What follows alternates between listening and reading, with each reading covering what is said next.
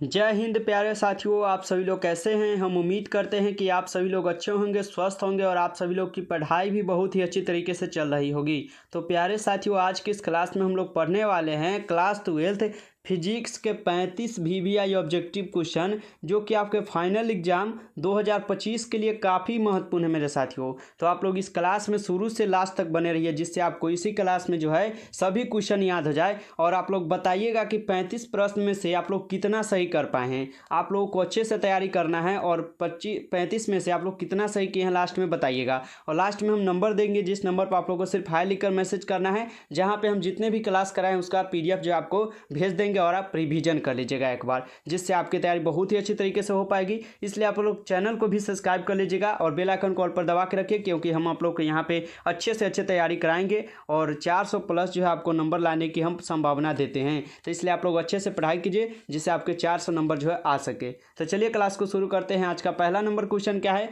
कि इनमें कौन विद्युत क्षेत्र की तीव्रता का मात्रक है। बताइए, इनमें कौन विद्युत क्षेत्र की तीव्रता का मात्रक है। तो यहाँ पे एनसी जो है विद्युत तीव्रता की मात्रक है, तो ऑप्शन डी यहाँ पे सही जवाब कीजिएगा। चलिए दूसरा नंबर प्रश्न पढ़िएगा। दूसरा नंबर प्रश्न क्या है कि किसी आवेशित खोखले गोले के अंदर विद्युत क्षेत्र होता है। किसी आवेशित खोखले गोले के अंदर जो है विद्युत क्षेत्र जो है होता है, किस में होता है, तो यह शून्य होता है। ऑप्शन बी यहाँ पे सही जवाब हो जाएगा। चलिए आगे बढ़ेंगे। तीसरा नंबर क्वेश्चन है कि विद्युत विभव का एसआई मात्रक है। बताइएगा, विद्युत विभव का एसआई मात्रक क्या होता है, तो वोल्ट यानी भी होता है। ऑप्शन ए यहाँ पे सही जवाब हो जाएगा। चलिए चौथा नंबर क्वेश्चन का जवाब दीजिएगा कि किसी संधारित्र की धारिकता का मात्रक होता है वोल्ट, न्यूटन, फैराड या एम्पीयर। बताइए तो किसी संधारित्रता की धारिकता का मात्रक क्या होता है मेरे साथियों, तो फैराड होता है। ऑप्शन सी यहाँ पे सही जवाब हो जाएगा।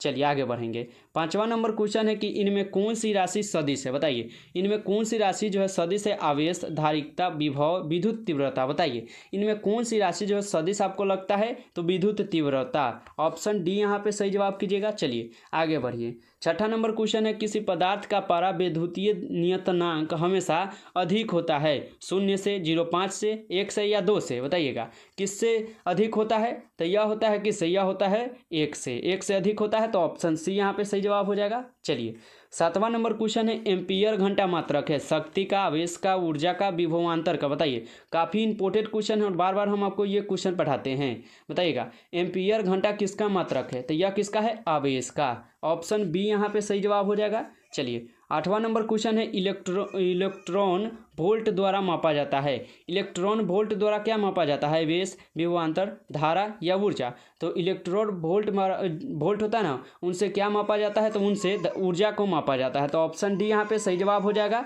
चलिए नौवां नंबर क्वेश्चन का जवाब दीजिएगा, आदर्श वोल्ट मीटर का प्रतिरोध होता है 0, अनंत, बहुत कम या बहुत अधिक। बताइए आदर्श वोल्ट मीटर का प्रतिरोध क्या होता है, तो यह होता है अनंत। ऑप्शन बी यहाँ पे सही जवाब हो जाएगा। चलिए 10 नंबर क्वेश्चन है कि विद्युत चुंबकीय प्रेरणा की घटना खोजी गई थी।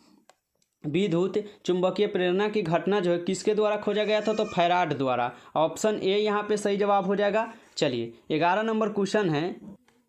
11 नंबर क्वेश्चन क्या है कि प्रतिघात का मात्रक है ओम, महो, फैराड या एम्पियर। बताइएगा प्रतिघात का मात्रक क्या होता है, तो ओम होता है। ऑप्शन ए यहाँ पे सही जवाब हो जाएगा। चलिए 12 नंबर क्वेश्चन है कि वह यंत्र जो यांत्रिक ऊर्जा को विद्युत ऊर्जा में बदलता है उसे क्या कहा जाता है। बताइएगा वह यंत्र जो यांत्रिक ऊर्जा को विद्युत ऊर्जा में बदल देता है वह क्या कहलाता है, तो डायनेमो कहलाता है। ऑप्शन सी यहाँ पे सही जवाब हो जाएगा। चलिए आगे बढ़ेंगे। और 13 नंबर क्वेश्चन है कि डायनेमो का कार्य सिद्धांत आधारित है। बताइए डायनेमो का जो कार्य सिद्धांत है वह किस पर आधारित है, तो विद्युत चुंबकीय प्रेरण पर। ऑप्शन बी यहाँ पे सही जवाब हो जाएगा। चलिए आगे बढ़ते हैं। 14 नंबर क्वेश्चन है कि रेडियो तरंगों पर किसी सूचना के अध्यारोपण की प्रक्रिया का नाम है। बताइए रेडियो तरंगों पर किसी सूचना के अध्यारोपण की प्रक्रिया का नाम क्या है, तो इनका नाम है मांडुलन। ऑप्शन बी यहाँ पे सही जवाब हो जाएगा। चलिए आगे बढ़ेंगे। और 15 नंबर क्वेश्चन है कि निम्न में कौन सर्वात्रिक लॉजिक गेट है। बताइए निम्न में कौन सार्वत्रिक लॉजिक गेट है, ये बताना है। तो यह हो जाएगा NADNA एन डी हो जाएगा। ऑप्शन डी यहाँ पे सही जवाब हो जाएगा। चलिए आगे बढ़िएगा। अगला नंबर क्वेश्चन है डायोड का उपयोग करते हैं।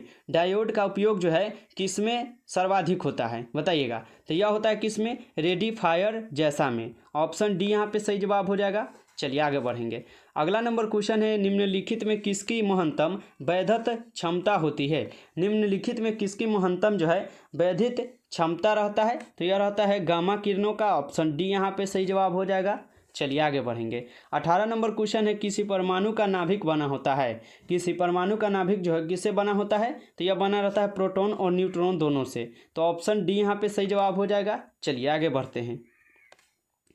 20 नंबर क्वेश्चन है न्यूट्रॉन की खोज करने वाले वैज्ञानिक का क्या नाम था। न्यूट्रॉन की खोज करने वाले वैज्ञानिक का नाम क्या था, तो उस वैज्ञानिक का नाम था चैडविक। ऑप्शन डी यहाँ पे सही जवाब हो जाएगा। चलिए आगे बढ़ते हैं। अगला नंबर क्वेश्चन है कि परमाणु की कक्षा में इलेक्ट्रॉन की निम्नलिखित में से किस बल की कारण होते हैं। परमाणु की कक्षा में इलेक्ट्रॉन की निम्नलिखित में से किस बल के कारण होते हैं, तो यह होते हैं कूलॉम्ब बल के। ऑप्शन सी यहाँ पे सही जवाब हो जाएगा। चलिए आगे बढ़ते हैं। 22 नंबर क्वेश्चन है। 22 नंबर क्वेश्चन क्या है कि प्रकाश किरण के तीखे कोर से मुड़ने वाली घटना को क्या कहते हैं। प्रकाश की किरणें के तीखे कोर से मुड़ने वाली घटना को हम लोग क्या बोलते हैं, तो उनको बोलते हैं व्यक्तिकरण। ऑप्शन सी यहाँ पे सही जवाब हो जाएगा। चलिए सॉरी, यहाँ पे व्यक्तिकरण नहीं होना चाहिए, यहाँ पे विवर्तन होना चाहिए। ऑप्शन बी यहाँ पे सही जवाब कीजिएगा। चलिए आगे बढ़ते हैं। अगला नंबर क्वेश्चन क्या हो जाएगा कि प्रकाश के अनुप्रस्थ तरंग की पुष्टि कौन करता है। प्रकाश के अनुप्रस्थ तरंग की पुष्टि जो है कौन करता है, तो ध्रुवण करता है। ऑप्शन सी यहाँ पे सही जवाब हो जाएगा। चलिए आगे बढ़ते हैं। अगला नंबर क्वेश्चन है कि जब स्रोत और पर्दे के बीच की दूरी बढ़ा दी जाती है तब फ्रिज की चौड़ाई क्या होती है, बढ़ती है, घटती है, अपवर्तित रहती है, इनमें से कोई नहीं होगा। जब स्रोत और पर्दे के बीच की दूरी बढ़ा दी जाती है ना, तो फ्रिज की चौड़ाई जो क्या होती है, बढ़ती है। तो ऑप्शन ए यहाँ पे सही जवाब हो जाएगा। चलिए आगे बढ़ते हैं। अगला नंबर क्वेश्चन का जवाब दीजिए कि तरंग दैर्घ्य के बढ़ने से अपवर्तनांक का मान क्या होता है, बढ़ता है, घटता है, अपवर्तित रहता है, इनमें से कोई नहीं। बताइए। तरंग दैर्घ्य के बढ़ने से अपवर्तनांक का मान जो है ना वह घटने लगता है। तो ऑप्शन बी यहाँ पे सही जवाब हो जाएगा। चलिए आगे बढ़ते हैं। अगला नंबर क्वेश्चन है कि इंद्रधनुष का निर्माण जिस कारण से होता है वह है, बताइएगा।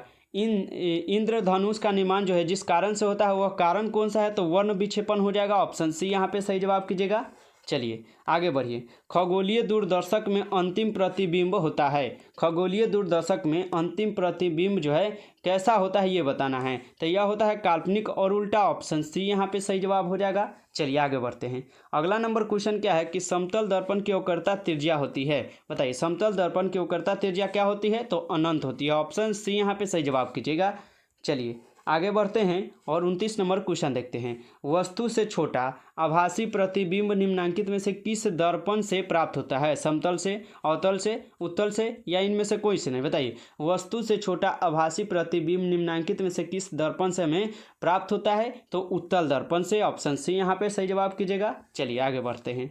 अगला नंबर क्वेश्चन है कि शैथिल्य प्रदर्शित करते हैं। बताइए। शैथिल्य प्रदर्शित करते हैं किस में, बताइएगा, तो लोह चुंबकीय पदार्थ में। ऑप्शन बी यहाँ पे सही जवाब कीजिएगा। चलिए आगे बढ़ते हैं।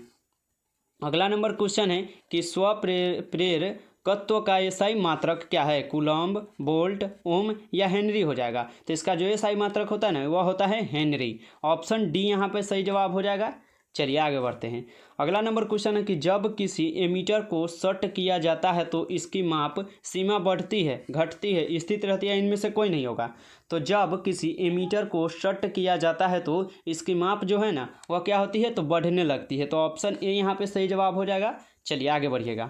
अगला नंबर क्वेश्चन है एमीटर को विद्युत परिपथ में जोड़ा जाता है श्रेणी क्रम से, समांतर क्रम से, दोनों क्रम से, या इनमें से कोई से नहीं। बताइए।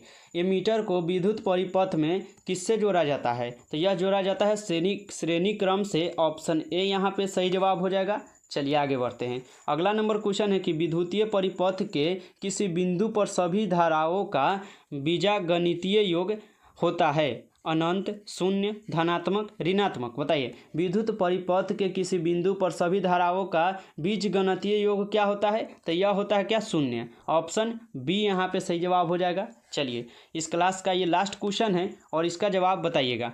कूलम्ब बल है? केंद्रीय बल, विद्युतीय बल, ए और बी दोनों, या इनमें से कोई नहीं? बताइए। ये आपके HW का क्वेश्चन है मेरे साथियों, आपके होमवर्क का क्वेश्चन है। चलिए, तो इसका आंसर जो है आप लोग कहाँ पे बताएंगे? कमेंट बॉक्स में। इसका आंसर जो है आप लोग कमेंट बॉक्स में बताइए, तो क्योंकि ये आपके होमवर्क का क्वेश्चन है। और बताइए कि आप लोग 35 में से कितना सही कर पाए हैं। ये आप लोग ईमानदारी भर बताइएगा, ये कोई बच्चा झूठ नहीं बोलेगा।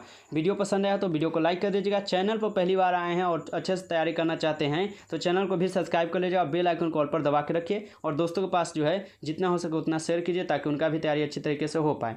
तो आप लोग इस नंबर पर हमें मैसेज कर सकते हैं, नए बच्चे हैं तो 962 18 834। अगर तैयारी करना है तो आप लोग जरूर इस नंबर पर हमें एक बार मैसेज कर दीजिएगा, और नहीं करना है तो मत कीजिएगा, ठीक है। तो चलिए किसी नेक्स्ट वीडियो में मिलते हैं, तब तक के लिए जय हिंद, वंदे मातरम।